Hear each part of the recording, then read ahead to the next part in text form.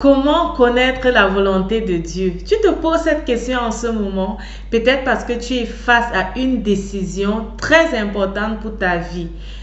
Alors, reste scotché parce que dans la vidéo d'aujourd'hui, je te donne 3 clés pour connaître la volonté de Dieu.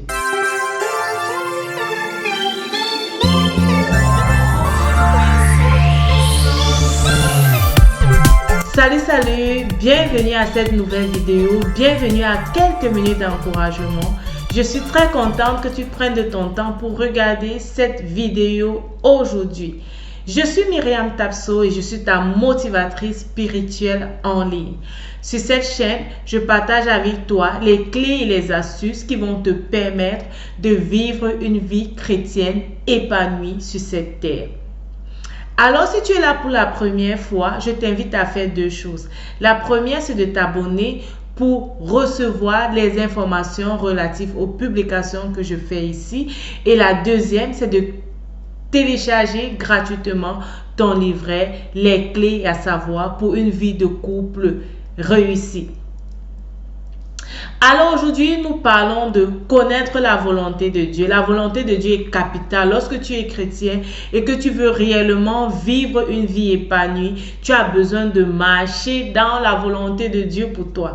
Tu as besoin de ne pas prendre les décisions à la légère et surtout les décisions qui vont être importante pour ta vie. Peut-être que le choix d'un nouveau travail, le choix d'un partenaire, une personne te demande la main en mariage ou alors tu as quelqu'un que tu admires et que tu aimerais faire de cette personne ton conjoint. Alors tu as réellement besoin de connaître ce que Dieu dit, ce que Dieu pense de cette relation. Et si tu prends la mauvaise décision, c'est une décision qui va te suivre durant toute ta vie. Je veux t'éviter de passer par là. C'est pourquoi aujourd'hui, je vais te donner 3 étapes importantes que tu dois avoir. 3 choses que tu vas ajouter à ta vie d'enfant de Dieu si tu veux réellement connaître la volonté de Dieu. 3 choses que je t'invite à ajouter à ta vie chrétienne si tu veux réellement marcher dans le plan de Dieu pour toi. Dieu désire que tu prospères à tous égards. Dieu désire que tu sois un enfant épanoui sur cette terre, que tu sois fier de dire que tu es enfant de Dieu. Je ne sais pas si c'est le cas pour toi, je ne sais pas si tu es fier de dire que tu es chrétien, mais le plan de Dieu réellement, c'est que tu sois fier de dire que tu es enfant de Dieu. Comment est-ce que tu dois connaître ce plan si tu ne lis pas ta Bible? Alors, tu as compris, si tu veux connaître la volonté de Dieu pour ta vie, tu dois lire ta Bible. Tout est écrit ici. Tout est écrit dans ce manuel. Que ce soit comment faire pour choisir ton conjoint, reconnaître le conjoint idéal pour ta vie, tu as besoin de ce manuscrit. Tu dois me demander, mais Myriam, est-ce que dans la Bible, je vais lire que mon conjoint sera Pierre ou alors que mon conjoint sera Jean? Non, tu ne dois pas lire ça de façon précise dans la Bible, mais la Bible te permet de reconnaître si quelqu'un est fait pour toi. La Bible te permet de reconnaître en tant que jeune quels sont les critères que tu dois mettre devant pour le conjoint idéal. Alors, tu dois lire la Bible parce qu'en lisant la parole de Dieu, tu dois connaître ce que Dieu qui est ton Père attend de toi et ce que Dieu qui est ton Père attend de celui qui doit être ton mari. Et quand tous ces jeunes garçons et ces jeunes filles vont se présenter au-devant de toi à l'aide de la parole de Dieu, tu pourras identifier celui qui est pour toi. Ne néglige pas la parole de Dieu. Même si tu es une mère, même si tu es une mère seule, une femme mariée, tu as besoin de la parole de Dieu pour savoir comment éduquer tes enfants, pour savoir comment tenir ton foyer, pour savoir comment être la femme selon le cœur de Dieu. Pour savoir comment être le père selon le cœur de Dieu, tu as besoin de la parole de Dieu. Lis ta Bible. Et si c'est pour le travail, tu as besoin de la parole de Dieu. Parce que la parole de Dieu te dit aussi comment tu vas te comporter en tant qu'employeur. La parole te dit aussi à l'aide des exemples de d'autres personnes qui ont eu les servants, comment est-ce que tu vas te comporter avec tous ceux qui travaillent pour toi si tu es un entrepreneur. Lis la parole de Dieu si tu veux connaître la volonté de Dieu. Beaucoup de nous chrétiens, nous négligeons la parole de Dieu. Nous accordons plus l'importance à ce que les autres nous disent, à ce que les prophètes nous disent, à ce que nos pasteurs nous disent, à ce que d'autres enfants de Dieu nous disent, mais nous fuyons la parole de Dieu. Nous trouvons toujours les prétextes pour ne pas lire la parole de Dieu. Lis la parole de Dieu. Ça, c'est la première clé que je vais te donner aujourd'hui. Tu veux savoir la volonté de Dieu par rapport à un projet. Tu veux savoir la volonté de Dieu par rapport à ton mariage. Tu veux savoir la volonté de Dieu par rapport à l'éducation des enfants. Lis la parole de Dieu. Alors, nous allons passer à la deuxième clé que je vais te donner aujourd'hui si tu veux connaître la parole de Dieu. Je suis sûre que si tu l'appliques, tu vas pouvoir discerner quelle est la volonté de Dieu pour toi.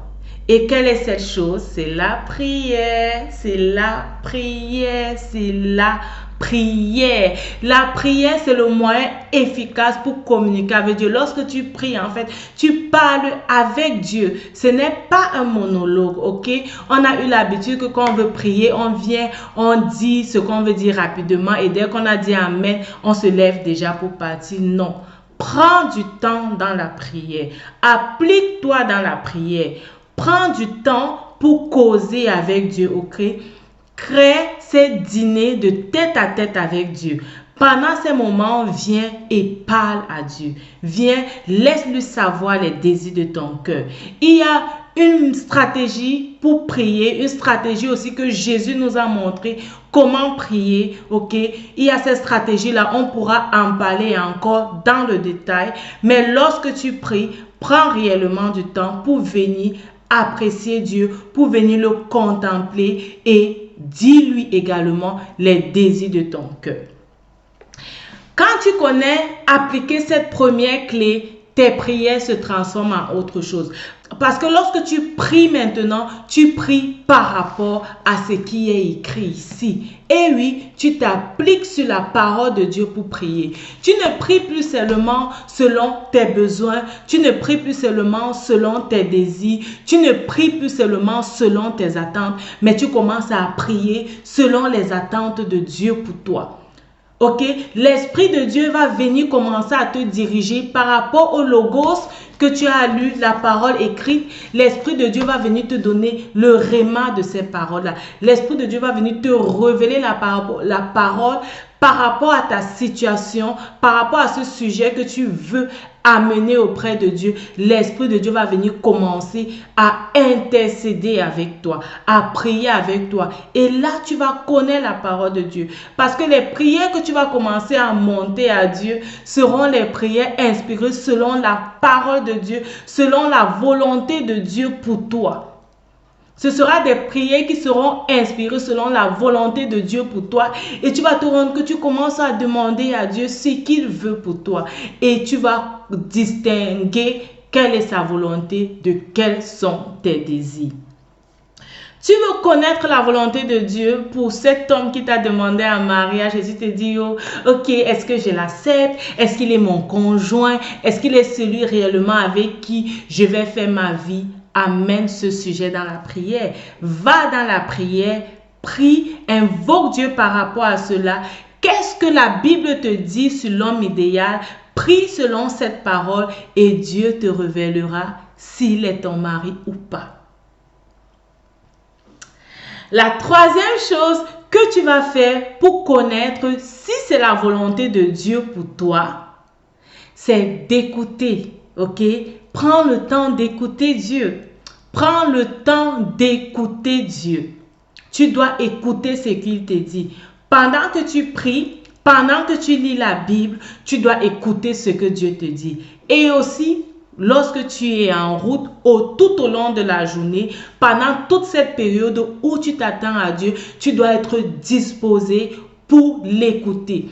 La Bible dit que Dieu parle tantôt d'une façon, tantôt d'une autre. Ça veut dire que ce n'est pas toujours quand tu vas lire qu'il va te donner la réponse à ce sujet. Ce n'est pas toujours lorsque tu seras en train de prier qu'il va te donner la réponse à ce sujet. Il pourra passer par un autre moyen pour te donner la réponse à ce sujet et il faudrait que tu écoutes. Et il faudrait que tu écoutes.